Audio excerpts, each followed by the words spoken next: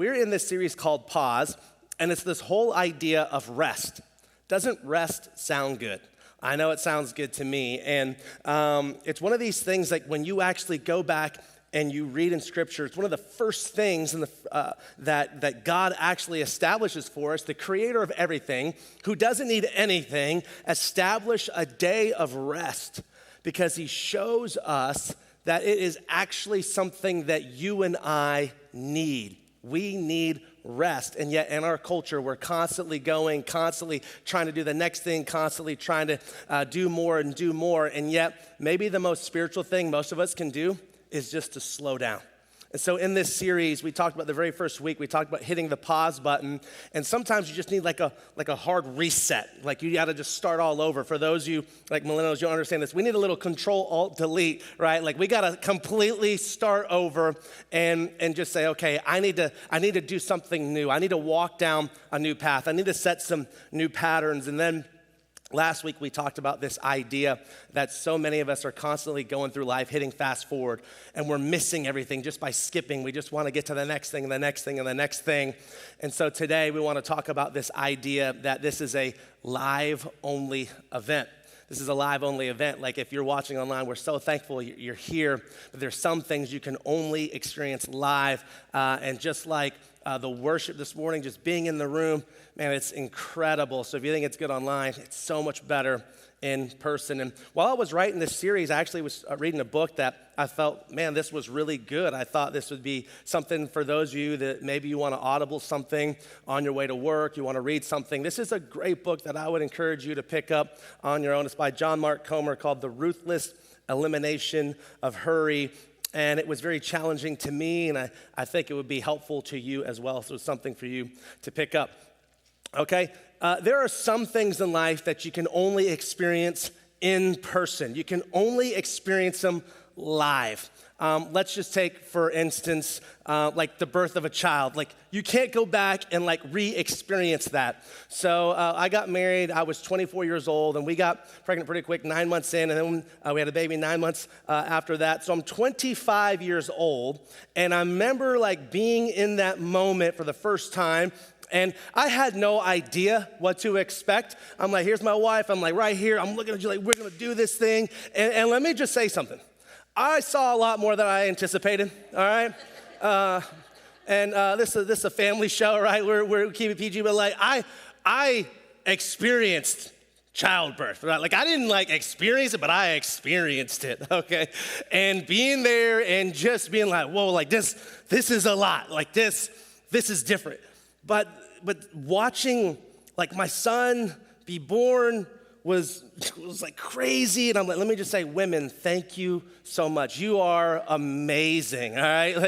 Like you are incredible what you are capable of doing. And I remember watching like my son be born, and it was like, this was like, no lie, these were the thoughts in my head. I was like, that is the ugliest thing I've ever seen, but yet I love him so much, right? I was like, I could tell he was Asian, like that is my genes, you know, like look how strong, like this, and then I found like, oh, babies, they'll change, you know, like that's a traumatic experience for a baby, and just being there and seeing it was just so amazing. And then my second son was born, and the women at the hospital, they actually called him a Backstreet Boy because he had brown hair with blonde tips. And this kid came out, and he was as white as his white could be. And I'm looking at my wife, and I'm looking at the doctor, and I'm looking at this kid, I'm going, blood test this one, right? But he's mine, we got that DNA, right? And just, that's what happens when the ethnicity is washed out of you, like he comes out like that. And then my daughter, I remember being there for my daughter, and it was just, oh, it's so special, right? And each and every birth was different, and yet, like, I can't go back and watch it, nor do I want to. But it was amazing that it could only happen by being there in person, live. And there are other things like that you will experience in life, like you can't re-experience them.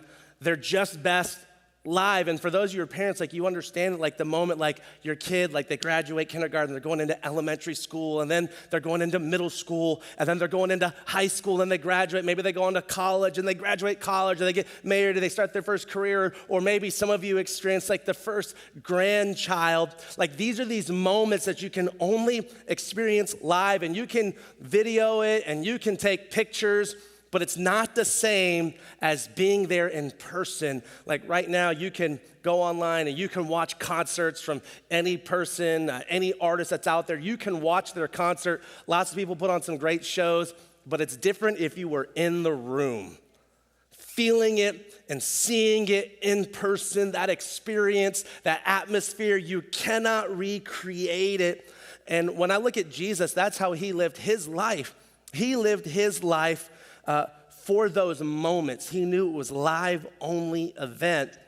And it's just truly incredible when you see the way that he lived. In Mark 10, it'll be on the screens for you.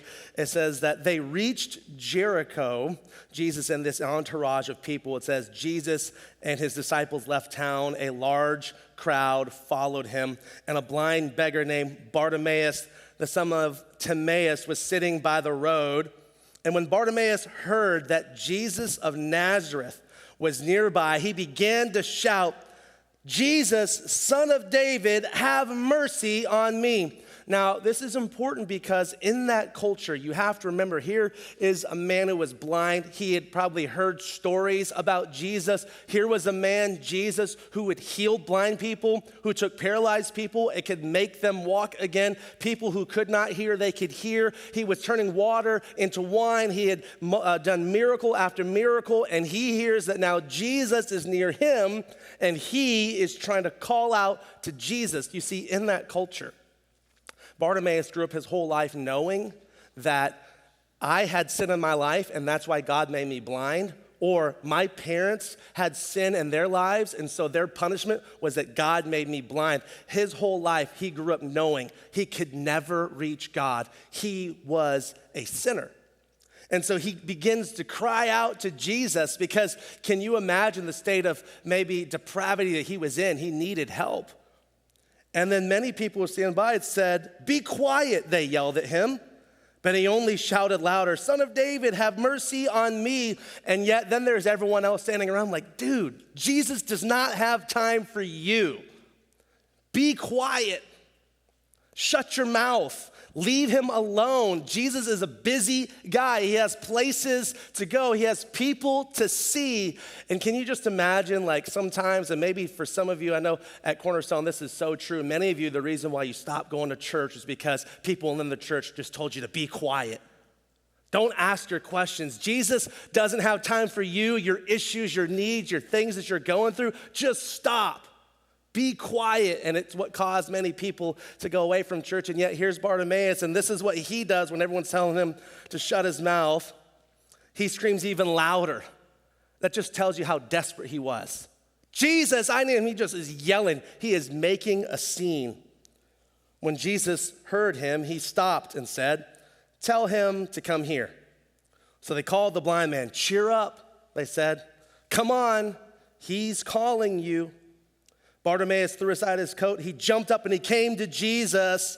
And Jesus asked him, "What do you want me to do for you?" And he said, "My rabbi," the blind man said, "I want to see." Now, this is how my brain works, all right, when I read stories like this. Jesus is the Son of God. He knows everything. This dude is blind. And he brings a blind man to, and Jesus is like, "What can I do for you?" It's like, actually, I just was hoping that you'd help me save some money on my car insurance. You know, like, what? Like, you know what I mean? Like, no. He's like, I'm blind.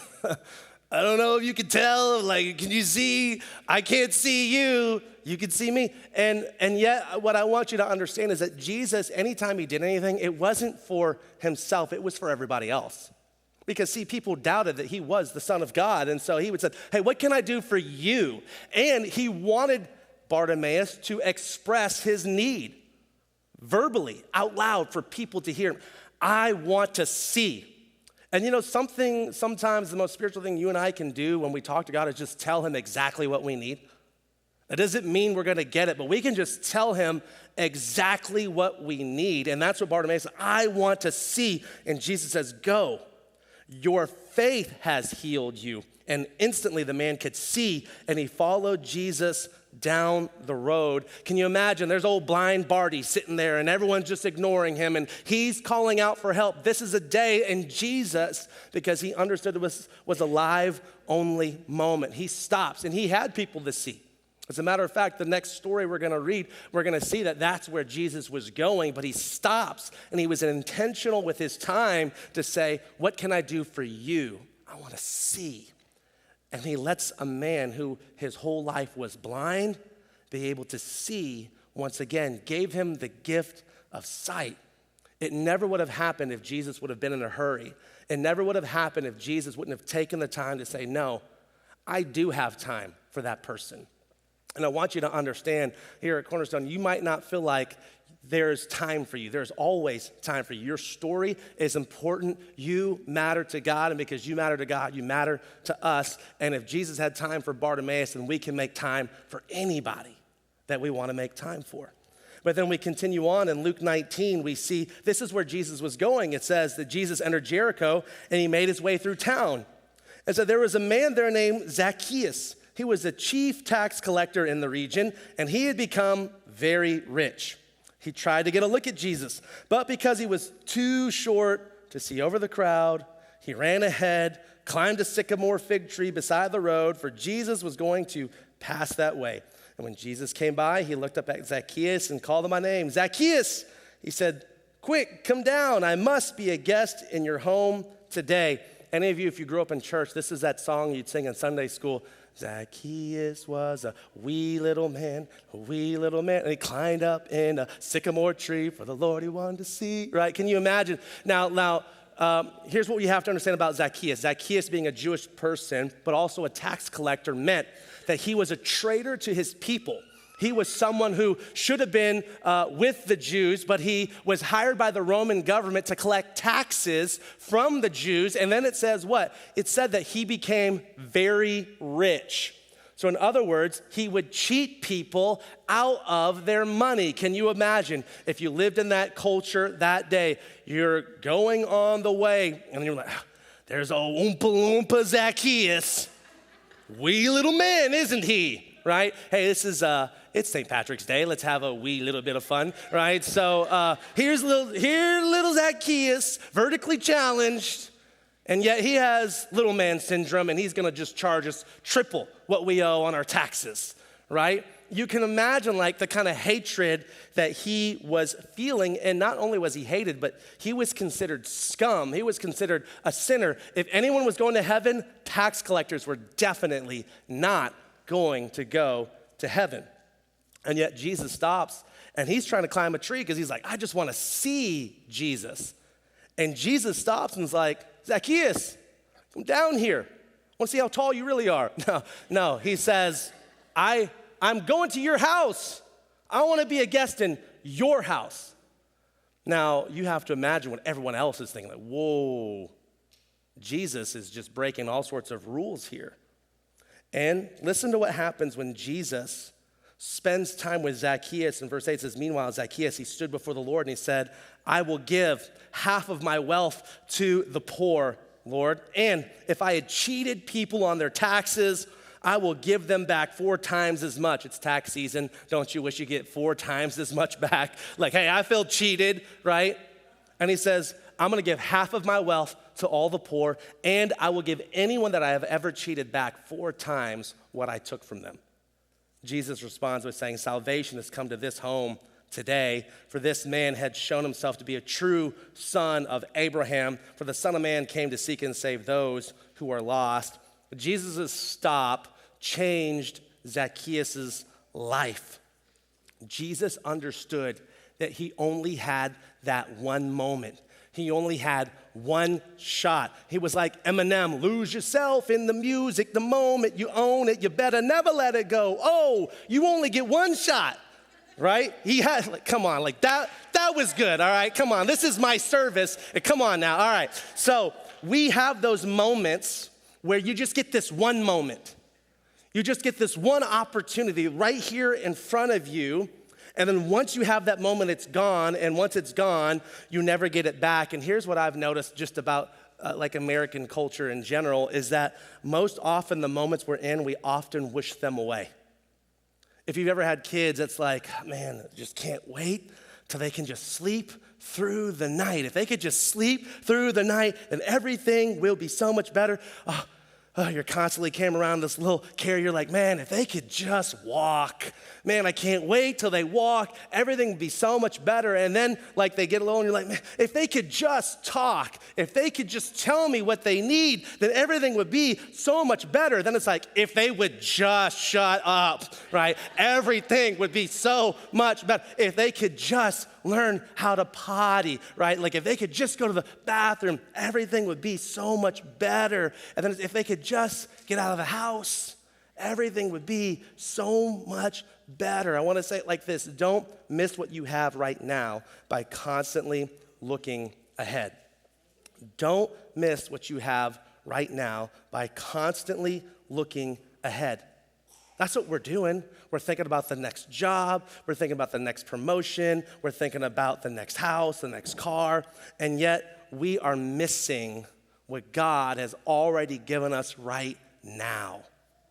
Your life as is right now, let me tell you something. There's probably 80% of the world who would trade their life for yours right now, just like it is.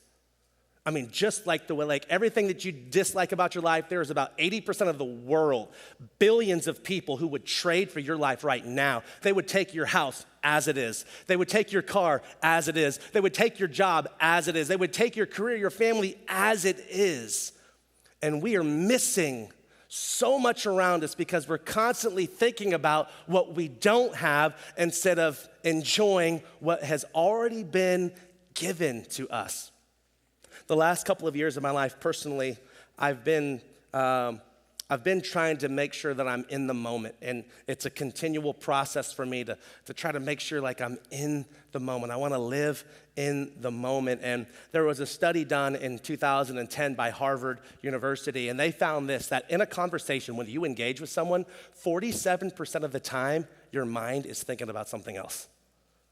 Like, wives, you can be like, amen, yeah, that's my husband, right? That's my husband, not thinking when I'm talking to him.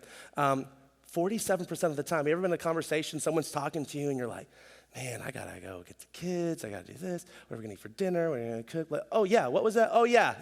And you start thinking about your conversation, you start thinking about all the things. 47% of the time, you're not even engaged to the person that you're communicating with. And they found in this same study that people who constantly think about other things, who constantly are not fully present in the moments, they found that all of those roads eventually lead to your unhappiness. The reason why most of us are unhappy today is because we're not fully engaged in the moment that you have right now. And then, like, here's this other thing is, as technology, for as amazing as it is, like cell phones are such a distraction today too. Like I remember, like this is like for all the teenagers in the room, Gen Zers. Like I remember, like when I was in high school, I remember when Nokia phones, you could play Snake on your phone. Like that was the coolest thing, right? I remember I had a Motorola StarTAC with 30 minutes a month. I traded it in for a pager. Which was dumb because you're like, I can't call anyone when someone would page me. Like, how dumb was that, right? But I thought that it was cool at the time. And now our cell phones, you ever been in a conversation with someone and they're just like this? Yeah. Oh, yeah, hold on, I'm just posting something real quick. Did you see that TikTok? That's so funny. Oh, yeah, what were you saying? Yeah. Hold on, let me respond to this text. Isn't that sad? Like, it happens more often than not. You go places and it's just acceptable to do this.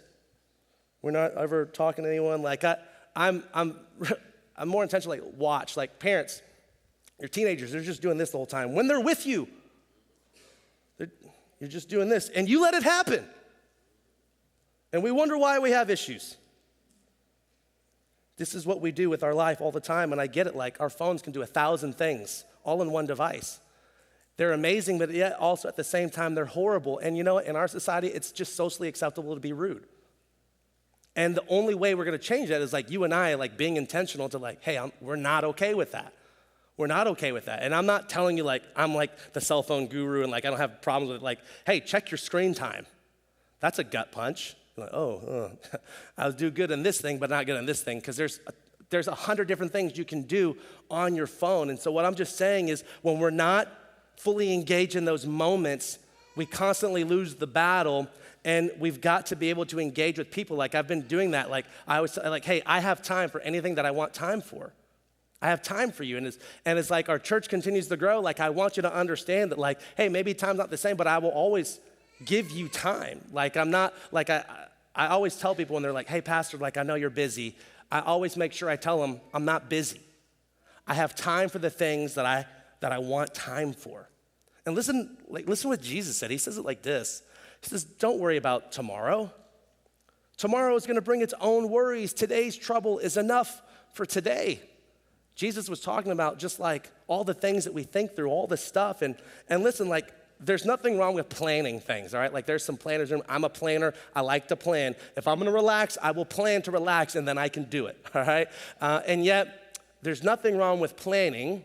And we're also saying, like, don't procrastinate. But what Jesus is saying is, hey, too often you're focused on things and you're not here in the moment. Just worry about this moment right here, because this moment is a gift. This moment right here, you and I, we're never going to get this back. First service wasn't like this service. This service is different. This service, the whole thing is different. Like it's different. We have just this moment. We can't recreate the first moment. This is just this moment, and it's unique. And then you have James, who's the half-brother of Jesus. Can you believe that, like, he went from going, like, my brother thinks he's the Son of God to my brother is the Son of God. Like, James didn't put his faith and trust in his half-brother Jesus until after Jesus died and rose again. And he becomes one of the leaders of the early church. And he says it this way in his own letter. He says, look here, you who say, today or tomorrow, we're going to go to a certain town and we'll stay there for a year. We will do business there and we'll make a profit. What do you know about your life will be like tomorrow?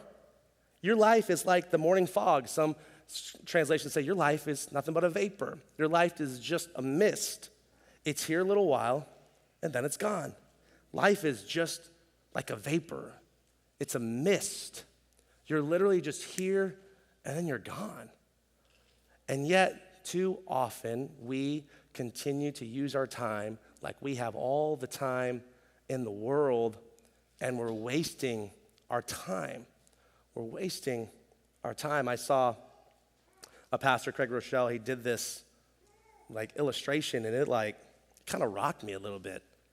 And so, like, no lie, like 10 weeks ago, I'm writing this message, and like I go on Amazon, like I bought this hourglass right here.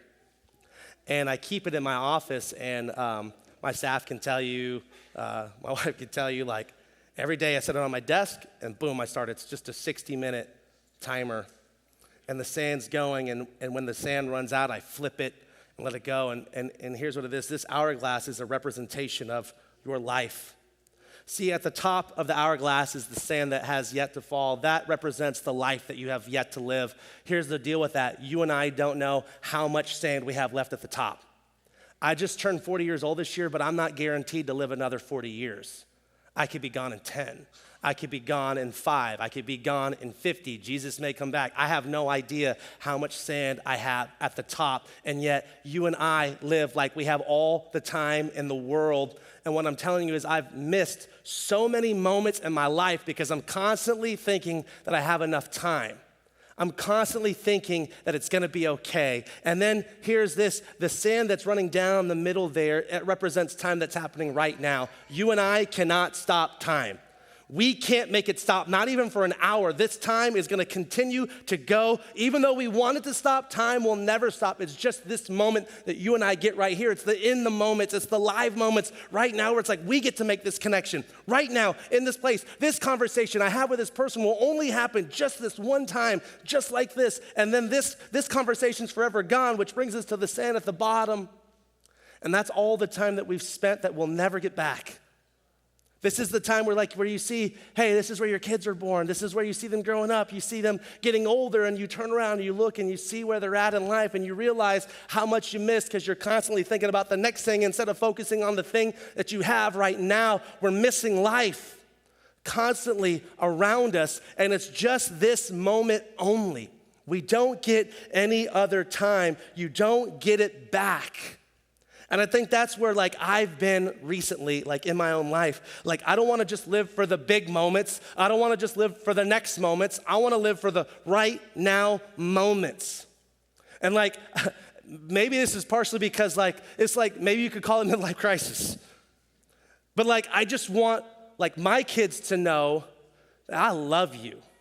Hey, I'm not the best dad. I screw things up. I don't get it right. I lose my cool with you, but I want you to know that I believe in you. I love you. I want best for you. I believe that you can do better than what I had, and what I didn't have, I want to make sure that you have. Hey, I tell that to my wife, hey, I get it. I am not the best husband all the time, but I want you to know that I love you and I care about you because I just get this moment with you here.